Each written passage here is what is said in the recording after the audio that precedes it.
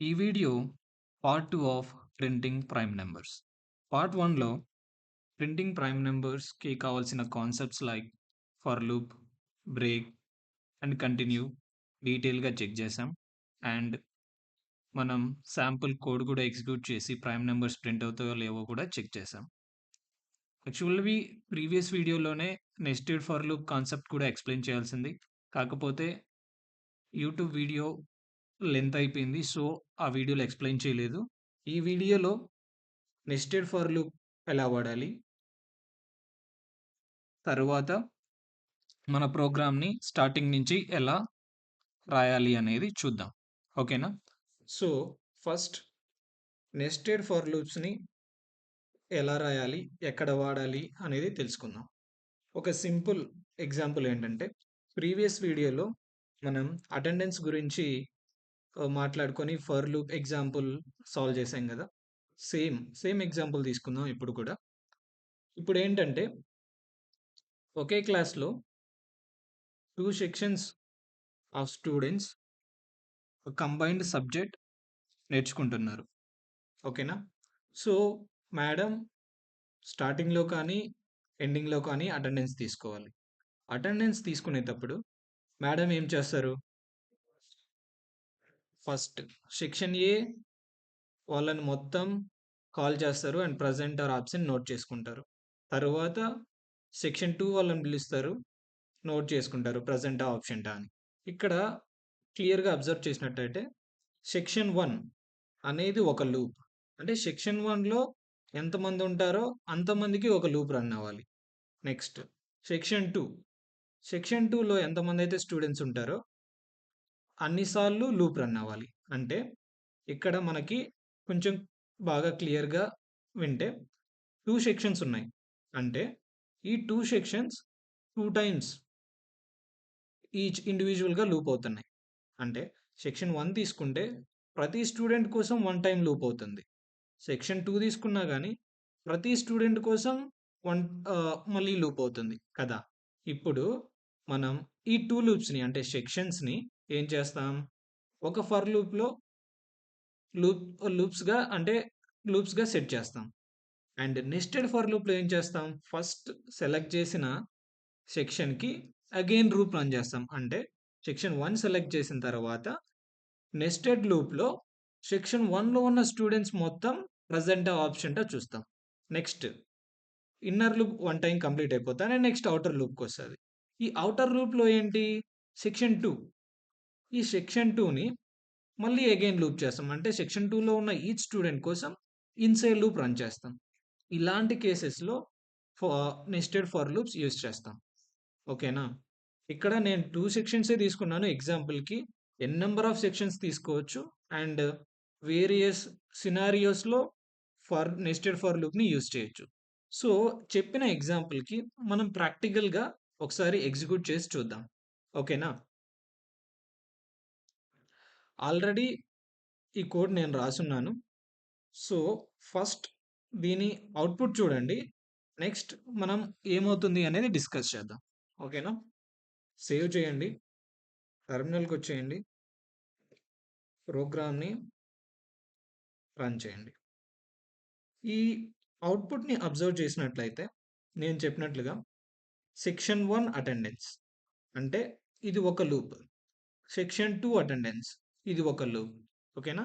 ఈ section 2 attendance and section 1 attendance అనేవి outer loops. అంటే ఈ రెంటిని ఒక ఫర్ లూప్లో పెట్టాం. ఓకేనా? ఫస్ట్ ఇండివిజువల్గా ఏదైనా ఒక సెక్షన్ తీసుకున్నప్పుడు ఆ సెక్షన్లో అంటే ఆ ఫర్ లూప్లో మనం ఏం చేస్తున్నాం? మళ్ళీ ఇంకో ఫర్ లూప్ రన్ చేస్తున్నాం కదా. స్టూడెంట్స్ సెక్షన్లో ఏలో ఉన్న స్టూడెంట్స్ మొత్తం చెక్ చేయడం కోసం ఏం చేస్తున్నాం? మళ్ళీ ఫర్ లూప్ రన్ చేస్తున్నాం. అలాగే సేమ్ ఇక్కడ కూడా సెక్షన్ 2 యాక్టివేట్ అయినప్పుడు సెక్షన్ 2లో ఉన్న స్టూడెంట్స్ కోసం ఇన్నర్ లూప్ని యాక్టివేట్ చేస్తున్నాం. సింపుల్. అవుట్పుట్ అయితే అర్థమైంది కదా. సో ఇప్పుడు ఏం చేద్దామంటే కోడ్లోకి వెళ్దాం, చూద్దాం.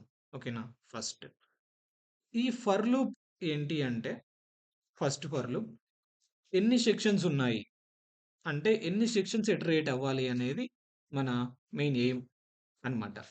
ఇక్కడ రేంజ్‌లో చూస్తే రేంజ్‌లో పారామీటర్స్ 1 అండ్ 3 ఇచ్చాను. అంటే ఈ లూప్ 2 టైమ్స్ రన్ అవుతుంది. అంటే టోటల్ మనకు 2 సెక్షన్స్ ఉన్నాయి కదా! Next nested for loop. ఈ నెస్టెడ్ ఫర్ లూప్ వచ్చినట్లయితే మనకు ఈచ్ లూప్ అంటే అబోవ్ లూప్ ఉంటుంది గదా! First loop. ఆ లూప్ 1 టైమ్ వచ్చినట్టయితే, ఆ లూప్‌లో మళ్ళీ ఎన్ని టైమ్స్ ఎగ్జిక్యూట్ అవ్వాలి, ఎన్ని టైమ్స్ లూప్ రన్ అవ్వాలి అనేది నెస్టెడ్ ఫర్ లూప్ అన్నమాట. సపోజ్ ఇప్పుడు మనం సెక్షన్ 1 తీసుకున్నామంటే, ఈ సెక్షన్ 1లో ఎన్ని టైమ్స్ రన్ అవ్వాలి, ఎంతమంది స్టూడెంట్స్ కోసం రన్ అవ్వాలి అనేది. ఇక్కడ క్లియర్‌గా అబ్జర్వ్ చేస్తే ఇన్నర్ లూప్‌లో మనం రేంజ్‌లో 1 అండ్ 5 ఇచ్చాం. అంటే ప్రతి సెక్షన్‌లో 4 స్టూడెంట్స్ ఉన్నారు. ఓకేనా? ఫర్ ఈచ్ సెక్షన్‌కి 4 టైమ్స్ ఇటరేట్ అవ్వాలి కదా! ఈ 4 అనేది స్టాటిక్ నంబర్. అంటే మీరు ఎంతమందైనా ఉండొచ్చు. మీరు ఎలా పెట్టుకుంటే అలా ఎంత నంబర్ అయినా, బిగ్ నంబర్ అయినా మనం పెట్టుకోవచ్చు. బోత్ ఔటర్ లూప్‌లో, ఇన్నర్ లూప్‌లో. నేను ఫర్ సింప్లిసిటీ కోసం ఎక్స్‌ప్లనేషన్ క్లియర్‌గా ఉండడం కోసం ఔటర్ లూప్ 2 టైమ్స్ తీసుకున్నాను. ఇన్నర్ లూప్ 4 స్టూడెంట్స్ తీసుకున్నాను. ఓకే. ఈ ఎగ్జాంపుల్‌తో మీకు నెస్టెడ్ ఫర్ లూప్ అనేది ఎలా వర్క్ అవుతుంది అని క్లియర్‌గా అర్థమవుతుందనుకున్నా. సో, నెక్స్ట్ మన మెయిన్ ఎయిమ్ ఏంటంటే, మన ప్రైమ్ నంబర్స్‌ని బిట్వీన్ ఇంటర్వెల్స్ ప్రింట్ చేయాలి కదా! సో, ఫస్ట్ బిట్వీన్ ఇంటర్వెల్స్‌లో చేయాలి అంటే ఏంటి? మనకు స్టార్టింగ్ పాయింట్ ఉండాలి, ఎండింగ్ పాయింట్ ఉండాలి. ఆ స్టార్టింగ్ పాయింట్, ఎండింగ్ పాయింట్ ఎక్కడి నుంచొస్తాయి? యూజర్ దగ్గర నుంచే కదా! సో, తీసుకుందాం. ఎన్ స్టార్టింగ్ పాయింట్ అనుకోండి.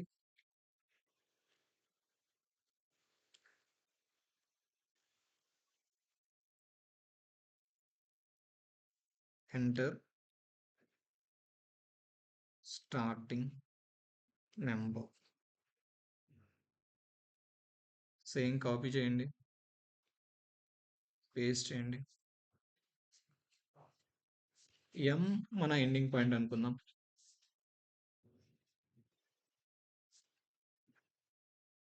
సో, మనం స్టార్టింగ్ అండ్ ఎండింగ్ పాయింట్స్‌ని తీసేసుకున్నాం. ఓకేనా? ఇప్పుడు మనం ప్రైమ్ నంబర్స్‌ని ప్రింట్ చేయాలి.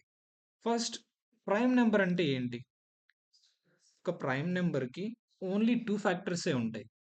ఆ 2 ఫ్యాక్టర్స్ కూడా one itself and another one is 1. అంటే ఏదైనా ఒక ప్రైమ్ నంబర్‌కి అనదర్ నంబర్స్‌తో డివైడ్ చేస్తే ఈక్వల్ టు 0 వచ్చే పాసిబిలిటీ, అంటే రిమైండర్ 0 వచ్చే పాసిబిలిటీ 2 నంబర్స్‌కి మాత్రమే ఉంటాయి. అది ఒకటి 1 అండ్ ఇంకోటి ఇట్‌సెల్ఫ్ అంటే ఆ సేమ్ నంబర్. ఓకేనా? ఈ 2 కాకుండా ఏ నంబర్స్ అయినా ఆ నంబర్‌ని డివైడ్ చేస్తే రిమైండర్ ఈక్వల్ టు 0 వస్తుందో ఆ నంబర్ ప్రైమ్ నంబర్ కాదు. This is our main logic అన్నమాట. ఓకేనా? ఈ లాజిక్‌ని బేస్ చేసుకొని మనం ప్రైమ్ నంబర్స్‌ని ఇన్ బిట్వీన్ ఇంటర్వెల్స్‌లో ప్రింట్ చేస్తాం. సో, ఫస్ట్ ఫర్ లూప్ మనం ఏం చేస్తామంటే ఫస్ట్ ఫర్ లూప్‌లో ఎక్కడి నుంచి ఎక్కడి వరకు అంటే ఏ నంబర్ నుంచి ఏ నంబర్ వరకు మనం ప్రింట్ చేయాలి అనేది రాస్తాం. So, for I in range మన లూప్ ఎక్కడి నుంచి ఎక్కడి వరకు రన్ అవ్వాలి? స్టార్టింగ్ పాయింట్ ఏంటి? ఎన్. ఎండింగ్ పాయింట్ ఏంటి? ఎం కదా! ఎం అంటే ఇక్కడ మనం ఎండ్ అంటే ఈ ఎండ్‌లో బై డిఫాల్ట్ n-1 అయిపోతదని ప్రీవియస్ వీడియోలో కూడా ఫర్ లూప్‌లో డీటెయిల్‌గా డిస్కస్ చేశాం. సో, మనం m+1 పెడతాం. ఎందుకంటే m వరకు ఇటరేట్ అవ్వాలి కాబట్టి. సో, ఇప్పుడు మనకేమవుతది? ఈ లూప్‌లో m వరకు మనం నంబర్స్‌ని ప్రింట్ చేస్తాం. ఓకేనా? ఫస్ట్ చూద్దాం. Print I control yes save చేయండి. టెర్మినల్‌కొచ్చేయండి. ప్రోగ్రామ్ రన్ చేయండి. ఇనిషియల్ పాయింట్ ఇచ్చేయండి 3. ఎండ్ పాయింట్ ఇచ్చేయండి 10. సీ మనం ఈ ఫర్ లూప్ ద్వారా ఫస్ట్ ఫర్ లూప్ ద్వారా ఏం చేసాం? ఎండ్ పాయింట్ నుంచి అంటే స్టార్టింగ్ పాయింట్ నుంచి ఎండ్ పాయింట్ వరకు ఇటరేట్ అవ్వం. ఓకేనా? ఇది మన ఫస్ట్ ఔటర్ లూప్ అన్నమాట. సో, ఈ ప్రాసెస్ క్లియర్ అయిపోయింది. మనం ఇప్పుడు ఏం చేయాలి? ఈ నంబర్స్‌లో ప్రైమ్ నంబర్ ఏది అనేది ఫైండ్ ఔట్ చేయాలి కదా! సో, దానికోసం మనం ఇంకో ఫర్ లూప్ రాస్తాం. ఈ ఫర్ లూప్‌లో ఏం చేస్తామంటే, మనకిప్పుడు ఫస్ట్ 3 వచ్చింది కదా! ఇక్కడ. ఈ 3 ప్రైమా కాదా అని చెక్ చేయాలి అంటే, మన దగ్గరున్న నంబర్స్‌తో అంటే 2 2 కాదు. ఇట్‌సెల్ఫ్ అండ్ 1తో కాకుండా వేరే నంబర్‌తో ఏదైనా డివైడ్ చేసినప్పుడు ఈక్వల్ టు 0 అంటే రిమైండర్ ఈక్వల్ టు 0 వచ్చినప్పుడు ఆ నంబర్ ప్రైమ్ కాదు అని డిసైడ్ చేస్తాం కదా! ఒకవేళ ఏ నంబర్‌తో డివైడ్ చేసినా ఆ నంబర్ రిమైండర్ ఈక్వల్ టు 0 రాలేదు అనుకుంటే అది ప్రైమ్ నంబర్ కదా! సో, మనం ఇంప్లిమెంట్ చేద్దాం. For J in range 2, I. ఓకేనా? ఇక్కడ మీకో డౌట్ రావచ్చు. 2, ఐ ఎందుకు పెట్టాను అని. 2 అనేది ఎందుకు పెట్టానంటే 2 తోని ఎందుకు స్టార్ట్ చేశానంటే 1 అనేది ఆల్‌వేస్ ఫర్ ఎవ్రీ నంబర్‌కి ఫ్యాక్టర్. ఓకేనా?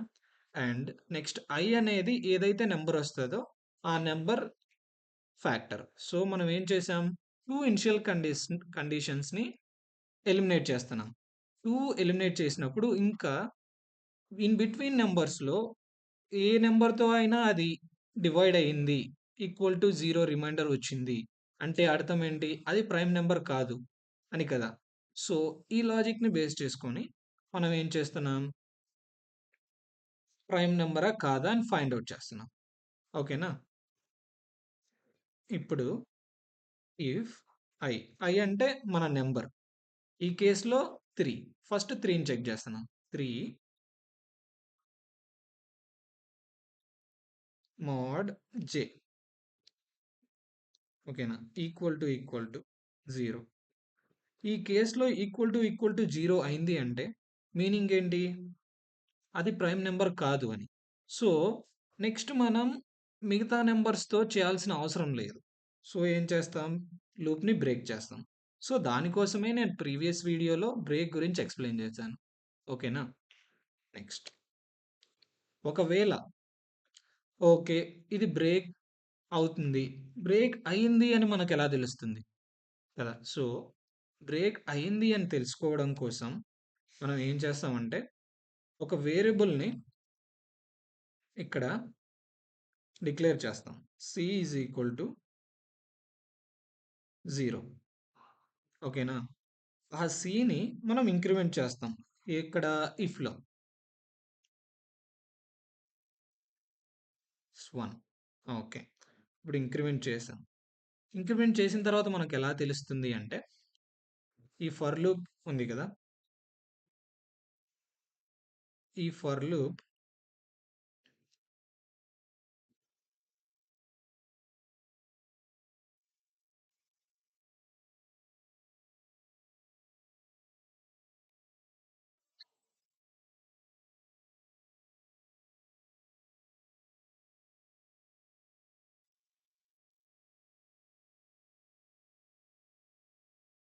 సారీ ఇండెంటేషన్స్ ఎర్రర్స్ ఉన్నాయి. సో, రెక్టిఫై చేస్తా ఉన్నాను.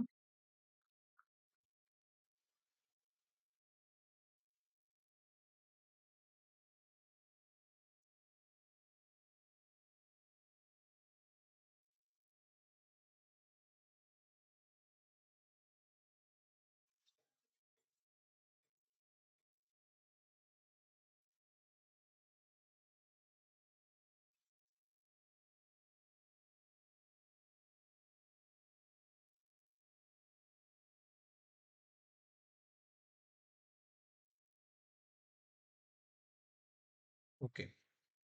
ఈ సి ఈక్వల్ టు 0 అని ఇక్కడే ఎందుకు పెట్టాను అంటే, ఫర్ ఈచ్ ఔటర్ లూప్‌కి మన వాల్యూ చేంజ్ అవుతూ ఉండాలి. ఓకేనా? చేంజ్ అవ్వకపోతే మనకేమవుతుందంటే సి అనేది గ్రేటర్ దెన్ అవుతూనే ఉంటుంది. అంటే ఇంక్రిమెంట్ అవుతూనే ఉంటుంది. అప్పుడు మనం ఏంటి always c is equal to 1 ఉంటది గదా! సో, మనం అవుట్‌పుట్‌ని ఎగ్జాక్ట్‌గా ప్రిడిక్ట్ చేయలేం. ఇక్కడ ఈ పాయింట్ చూస్తే మీకు అర్థమవుతుంది. వన్స్ ఈ ఇన్నర్ లూప్ కంప్లీట్ అయిపోయిన తర్వాత మనం సి స్టేటస్ చెక్ చేస్తాం. ఇఫ్ సి ఈక్వల్ టు 0 అయింది. అంటే మన అర్థం ఏంటి? ఈ i అనేది ఏ నంబర్‌తో కూడా డివైడ్ అవ్వలేదు. Except 2 and itself. So, it is a prime number గదా! ఇంకా ప్రింట్ i. i అనేది ప్రైమ్ నంబర్ అని మనకు కన్ఫర్మ్ అయిపోయింది. సో, ప్రింట్ చేసాం. So, with this almost our code is done అన్నమాట. కంట్రోల్ ఎస్ చేయండి. టెర్మినల్‌కొచ్చేయండి. ప్రోగ్రామ్‌ని రన్ చేయండి. ఇనిషియల్ పాయింట్ ఒక 3 ఇవ్వండి, 3 ఇవ్వండి ఆర్ 2 ఇవ్వండి. ఎండ్ పాయింట్ ఒక 10 ఇద్దాం. సో, చూసారంటే 2, 3, 5, 7 ఇవన్నీ ప్రైమ్ నంబర్సే. In between 2 and 10. ఓకేనా? ఇంకో కేస్ చెక్ చేద్దాం. ఓకేనా? పైథాన్ ఇప్పుడు 1 starting point and ending point is 10. Now మనం అబ్జర్వ్ చేస్తే 1 and 2, 3, 5, 7. But here 1 is not a prime number కదా! మనం 1ని కూడా ప్రింట్ చేస్తున్నాం. ఎలా మరి? దీన్ని అవాయిడ్ చేయడానికి మనం ఏం చేస్తాం? కంటిన్యూ అనే కాన్సెప్ట్‌ని యూజ్ చేస్తాం. అందుకే ప్రీవియస్ వీడియోలో నేను కంటిన్యూ గురించి ఎక్స్‌ప్లెయిన్ చేశాను. If i less than 2 continue control yes. ఇప్పుడు రండి. టెర్మినల్‌కొచ్చేయండి. ప్రోగ్రామ్‌ని రన్ చేయండి. Same 1 starting point, 10 ending point. Now మనం క్లియర్‌గా అబ్జర్వ్ చేస్తే 1 అనేది ఈసారి రాలేదు. సో, మనకు అవుట్‌పుట్ కరెక్ట్‌గా వచ్చింది. 2, 3, 5, 7. కావాలంటే వేరే నంబర్స్ కూడా చెక్ చేద్దాం. దాని టెస్ట్. ఇప్పుడు in between 20 and 40. Okay. See 23, 29, 31, 37. These are the primes between 20 and 40. Okay. So with this, I hope మీకు ఈ ప్రింటింగ్ ఆఫ్ ప్రైమ్ నెంబర్స్ అనే కాన్సెప్ట్ క్లియర్గా అర్థమైంది అని అనుకుంటున్నాను.